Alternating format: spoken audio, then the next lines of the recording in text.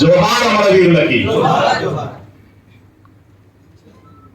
మిత్రులారా, ఈ సభ చాలా భావోద్వేగంగా అనిపిస్తున్నది. ఈ అమరవీరుల ఫోటోలు చూస్తుంటే వాళ్ళ స్తూపాల మధ్య నిలబడటం అనిపిస్తున్నది. వాళ్ళ అంతిమ యాత్రలో పాల్గొనట్టు అనిపిస్తున్నది. వాళ్ళ తల్లుల కడుపు కోతల దుఃఖం వినిపిస్తున్నది. వాళ్ళ కన్నీళ్ళ తడి తాకుతున్నది. ఈ పుస్తకం నిండా ఆ కన్నీళ్లు ఉన్నాయి. ఈ పుస్తకం నిండా ఆ దుఃఖం ఉన్నది, ఆ ఆవేదన ఉన్నది. రేపటి తరానికి అందించేటటువంటి ఒక స్ఫూర్తి ఉన్నది. నిజంగా నాకు విప్లవ్ విజయ్ ఎక్కడ నచ్చిందంటే, నేను ఎస్ఎఫ్ఐలో పనిచేసే కాలానికి వాళ్ళు నా జూనియర్స్. నేను పాటలు రాస్తుంటే పాడుతుంటే నా వెనకాల కోరస్ ఇచ్చేవాళ్ళు. నేను కూడా మా చింతల యాదగిరన్నలాగా అమరవీరుల మీద పాటలు రాసి మా వరంగల్ ఉద్యమంలో చనిపోయినటువంటి 18 మంది పేర్లు, ఇక్కడ వాళ్ళ ఫోటోలు కూడా ఉన్నాయి. కుసుమ రఘునాథ్ అన్న, రామ సురేందర్ అన్న, పన్నూరి యాదగిరి, వీళ్ళందరి మీద పాటలు రాసి పాడినటువంటి ఒక కాలం ఉన్నది. ఇవాళ ఎందుకు ఈ పుస్తకం రాయాల్సిన అవసరం ఏర్పడ్డది? ఒక ప్రశ్న. ఈ పుస్తకం రాయకపోతే ఏం జరుగుద్ది? రెండో ప్రశ్న. ఈహెచ్ కార్ అనేటటువంటి ఒక చరిత్ర పరిశోధకుడు చెప్పిన మాట ఏంటంటే, గతానికి వర్తమానానికి ఎడతెగని ఒక సంభాషణ చరిత్ర అంటే, చరిత్ర ఎప్పుడు రాసేవాడి దృష్టి నుండే ఉంటుంది అనేటటువంటి ఒక మాట అన్నాడు. ఇవాళ విప్లవ్ విజయ్ కుమార్ ఇద్దరు ఈ చరిత్రని కనుక రికార్డు చేయకపోతే రేపటి తరాలకి ఈ త్యాగాలు తెలిసేటటువంటి అవకాశం ఉన్నదా? ఇంతమంది త్యాగాల్ని మనం రికార్డు చేయకపోతే ఎంత నష్టం జరిగి ఉండేది అనేటటువంటి ప్రశ్న నన్ను బాగా హంటు చేస్తా ఉన్నది. చాలా మంది తమ జీవితాన్ని త్యాగం చేశారు. చాలా మంది అమరవీరుల కుటుంబాలు వచ్చిండ్రు. వాళ్ళ అన్ననో తమ్మున్నో కొడుకునో కోల్పోయినటువంటి కడుపుగా అన్నటువంటి తల్లులు వచ్చిండ్రు. వాళ్ళందరికీ వాళ్ళ దుఃఖాన్ని తెలుసుకుంటే ఎంత బాధ కలుగుతుంది, ఎంత దుఃఖం కలుగుతుంది. ఇక్కడ మా సీనియర్ జర్నలిస్ట్ కంబాలపల్లి కృష్ణన్న ఉన్నాడు. తెలంగాణ సాయుధ రైతాంగ పోరాట కాలంలో ఎంతో మంది బిడ్డలు అమరులైపోయారు. ఆ అమరవీరుల యొక్క త్యాగాన్ని తెలంగాణ సాయుధ పోరాటానికి 90 ఏళ్ళు నిండిన తర్వాత రఘు గారు ఉండే, ఇక్కడ మన సీనియర్ జర్నలిస్ట్ పార్టీ నాయకుడు రఘు గారు, ఆయన ఒక పుస్తకంలో ఊరూరు తిరిగి మీ ఊళ్ళో ఎవరైనా చనిపోయారా సాయుధ పోరాటంలో అని ఒక పుస్తకం వేసే పనిచేసేది. మరి విప్లవ్ విజయ్ కుమార్ కూడా ఆ కరోనా కాలంలో 2020 కాలంలో అప్పుడప్పుడే కరోనా అందుకుంటున్నటువంటి కాలం, కోవిడ్-19 విజృంభిస్తున్నటువంటి కాలం, ఆ కాలంలో బైక్ మీద ర్యాలీ చేసి డివైఎఫ్ఐ ఆధ్వర్యంలో ఒక జర్నీ చేసి ప్రజల జీవితాన్ని ఇంతకుముందే ది జర్నీ అనేటటువంటి ఒక పుస్తకం రాసి ఒక యాత్రా చరిత్రను రికార్డ్ చేసిండ్రు. తర్వాత ఇప్పుడు ఆ అమరవీరుల యొక్క కుటుంబాన్ని 14 మంది అమరవీరుల యొక్క జీవితాన్ని రికార్డ్ చేసినందుకు మనం గట్టిగా సపోర్ట్లతో అభినందించాలి.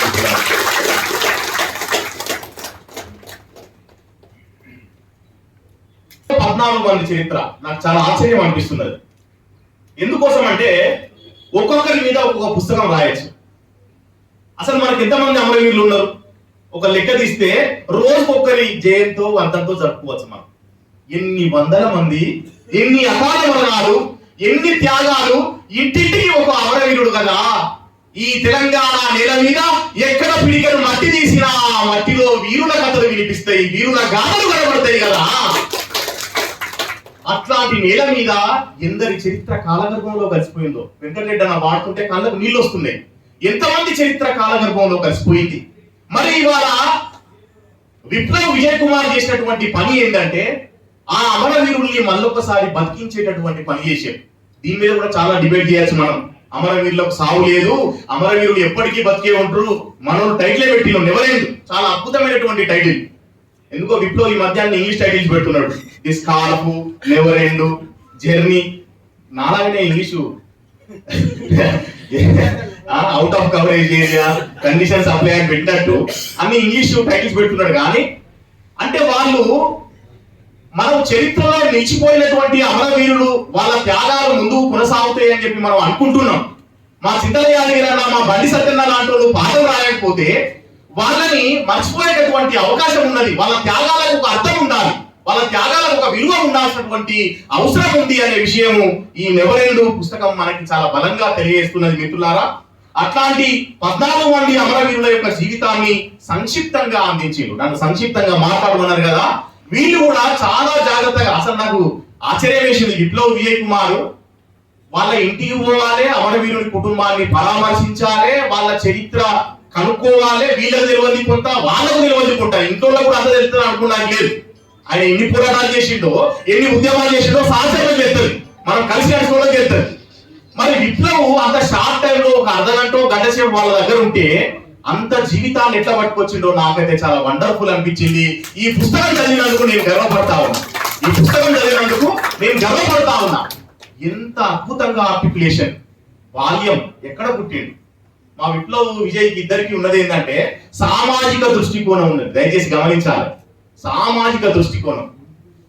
ఎక్కడో రామసురేందర్ ఇంటికి పోతే రామసురేందర్ ఇల్లు శ్మశానానికి దగ్గరగా ఉన్నది, ఒక మాదిగవాడలో పుట్టిన అగ్గిరవ్వ రామసురేందర్ అని రాసే ప్రయత్నం చేసింది. అదే మన కమ్యూనిస్టు మార్క్సిస్టు పరిభాషలో ఏమని చెప్తాం, ఒక శ్రామిక వర్గ కుటుంబంలో పుట్టిండు అని చెప్తాం. మనం ఎందుకు కులం మాట్లాడద్దు, మనం కులం చెప్పాల్సిన అవసరం లేదు మనకి అని అనుకుంటాం మనం. కానీ కాలం మారింది. ఇవాళ స్పష్టంగా ఎవరెవరి త్యాగాలు ఎన్నున్నాయో తీయాలి. ఇవాళ తెలంగాణ కోసం అసుగులు మాసిన 1300 మంది బిడ్డల కులాలు కూడా తీయాల్సినటువంటి అవసరం ఉన్నది.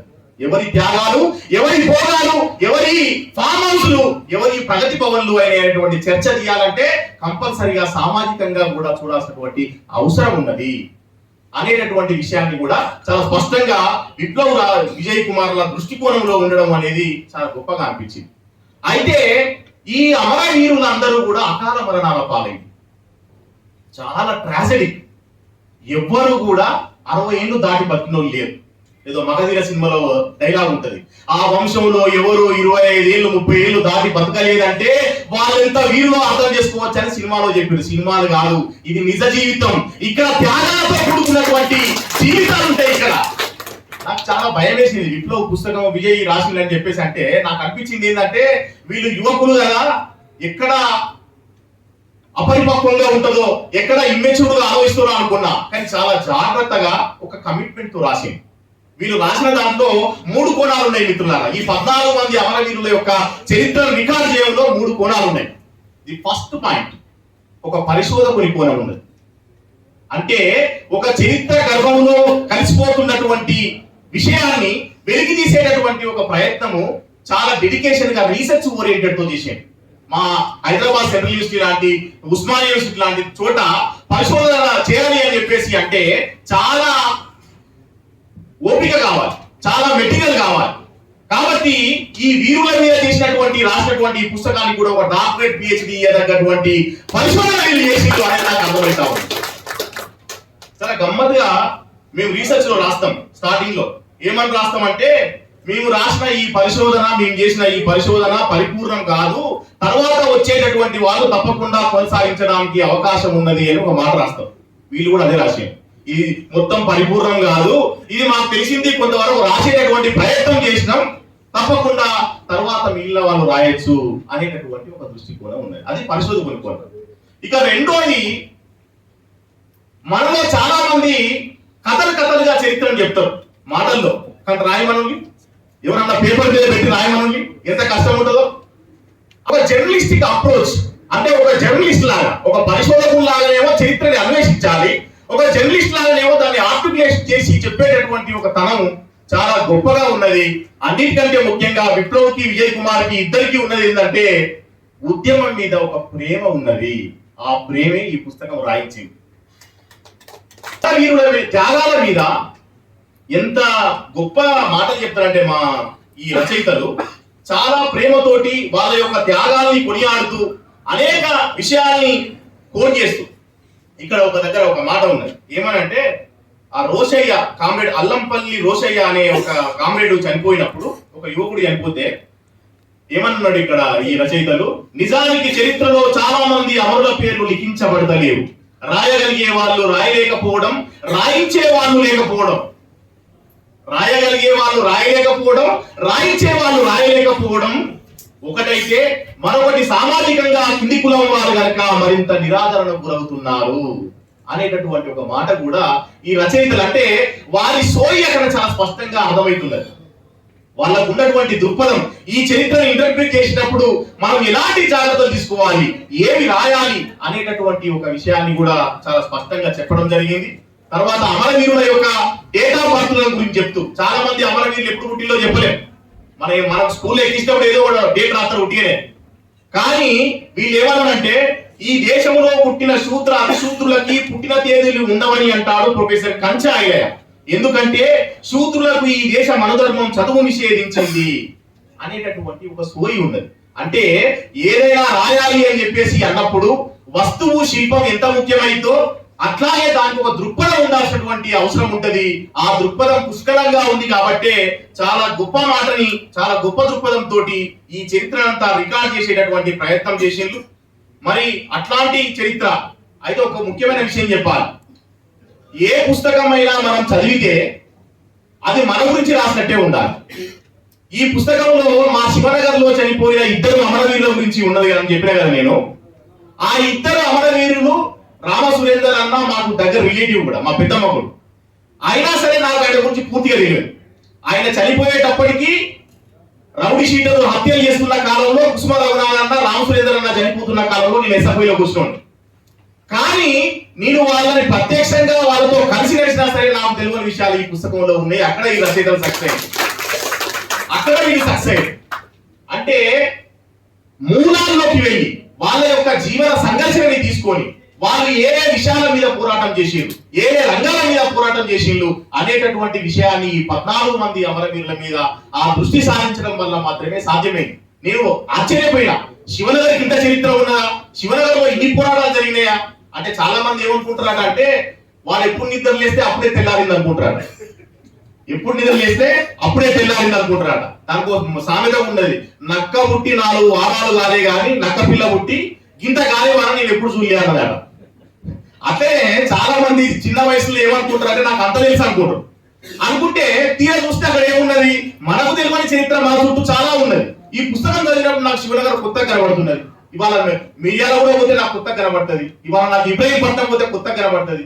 ఆ అమరవీరుల యొక్క చరిత్ర అంతా కూడా ఇలా కనబడేటటువంటి ఒక దృష్టికోణం అంతా కూడా మనకు చాలా స్పష్టంగా ఇందులో రికార్డ్ చేయడం జరిగింది. అక్కడ ఈ రచయితలు సక్సెస్ అయినలు అనేటటువంటి విషయాన్ని మీ దృష్టికి తీసుకొస్తున్నా మిత్రులారా. అయితే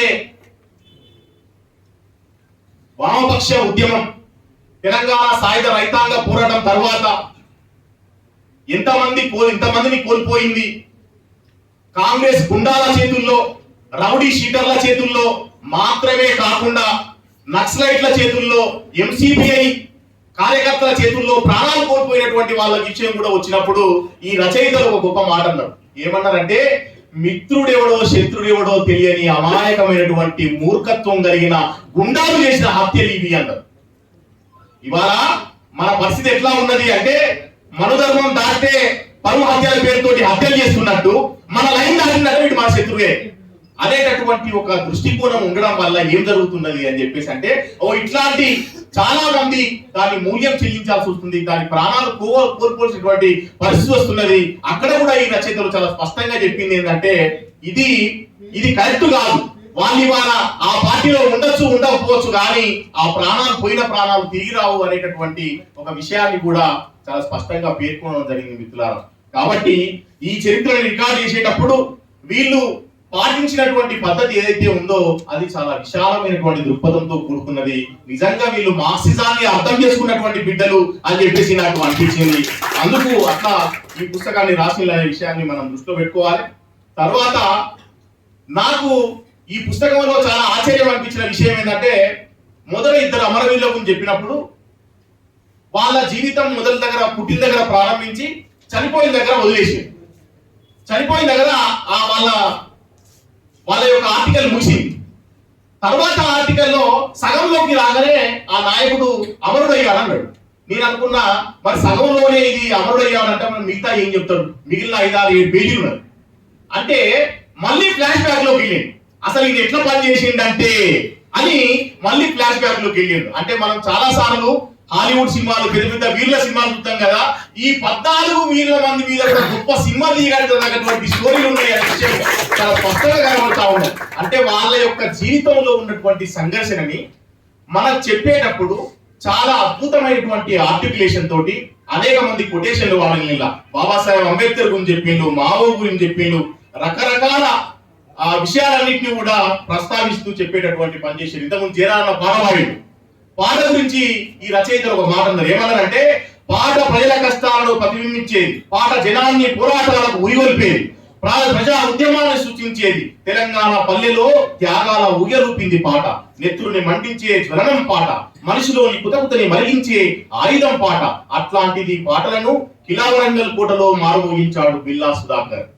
అంటే పాట యొక్క ఔన్నత్యాన్ని, ఆ చరిత్రని కూడా ఒకసారి కళ్ళ ముందుకు తీసుకొచ్చి చెప్పి దాన్ని వివరించేటటువంటి పని. అంటే పాట ఎట్లాంటి పాత్ర పోషిస్తుంది ఉద్యమాల్లో అనేటటువంటి విషయాన్ని నాకు చాలా సంతోషం అనిపించిన విషయం ఏంటంటే, ఇందులో మొదటి అమరవీరుని గురించి చెప్పినప్పుడు ఆయన ఇంటికి పోయి వాళ్ళ ఇంట్లో అక్కడ కలిసినప్పుడు మేము వస్తుంటే ఒక పాట పాడిల్లు అని చెప్పేసి అన్నారు. కామ్రేడ్ మహబూబ్ పాషా వాళ్ళ ఇంటికి పోయిన తర్వాత అక్కడ సాంబశివ ఒక పాట పాడిండు అని చెప్పాను.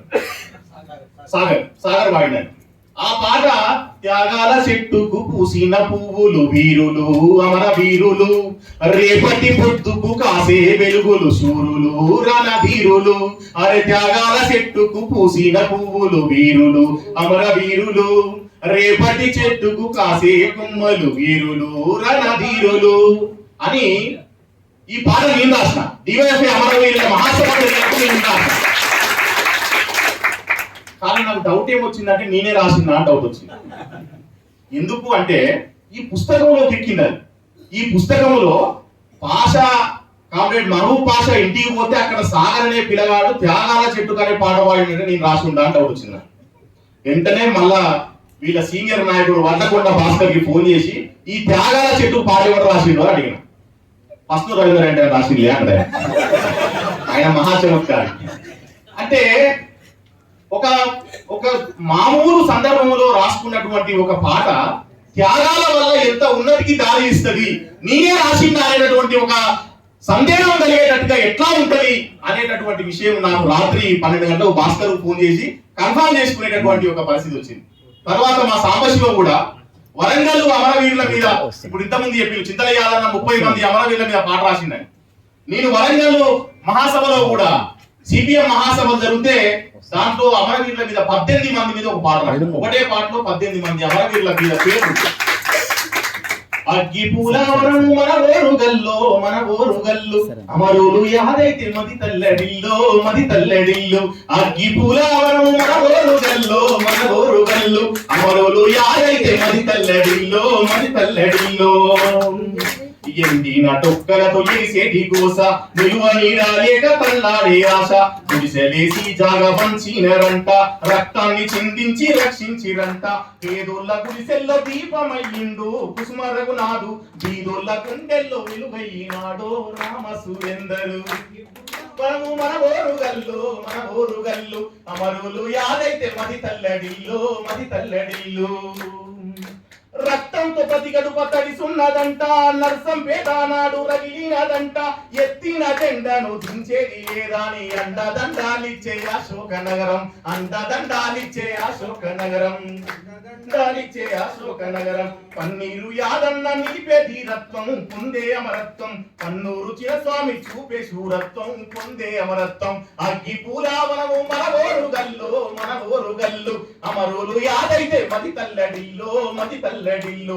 అడవి బిడ్డల చూసి తల్లడిల్లిండు, తునికాకు రేట్లకై తుడుం కొట్టిండు, తునికాకు రేట్లకై తుడుం కొట్టిండు, తునికాకు రేట్లకై తుడుం కొట్టిండు. పోయ ప్రజల కథడు కొంగు బంగారం, పోరాడే గిరిజనుల ఎర్ర మందారం, పోరాడే గిరిజనుల ఎర్ర మందారం, పోరాడే గిరిజనుల ఎర్ర మందారం. సువర్ణ పాక ఓ సుందరయ్య, భీన బాంధువులయ్యే కుసుమలింగయ్య. అగ్గి పూలావనము మన ఓరుగల్లు మన ఓరుగల్లు, అమరులు యాదైతే మది తల్లడిల్లో మది తల్లడిల్లు, అమరులు యాదైతే మది తల్లడిల్లో మది తల్లడిల్లు.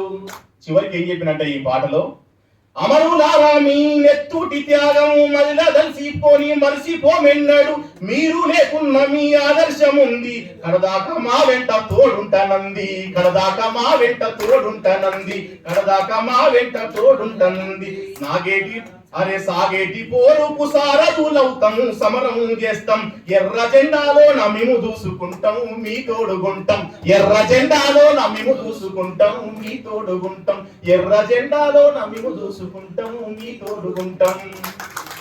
అంబేద్కర్ ఒక మాట అంటాడు, ఎంతకాలం జీవించామన్నది కాదు ఎవరి కోసం జీవించామన్నది ముఖ్యం, నువ్వు ప్రజల కోసం జీవిస్తే ఎప్పటికీ ప్రజల్లోనే ఉంటావు అనేటటువంటి ఒక అమరత్వాన్ని ఒక త్యాగాన్ని చారిత్రాత్మకంగా ఇందులో 140 పేజీలు ఉన్నాయి కానీ ఖచ్చితంగా ఈ చరిత్ర రేపు 140 ఏళ్ళు నిలబడేటటువంటి చరిత్ర అనే విషయాన్ని తెలియజేస్తూ నాకు ఈ అవకాశం ఇచ్చి నా చేత ఈ 4 మాటలు మాట్లాడేందుకు సహకరించినటువంటి మిత్రులందరికీ సభకు జై భీములు తెలియజేస్తూ థ్యాంక్ యూ అని అన్నారు.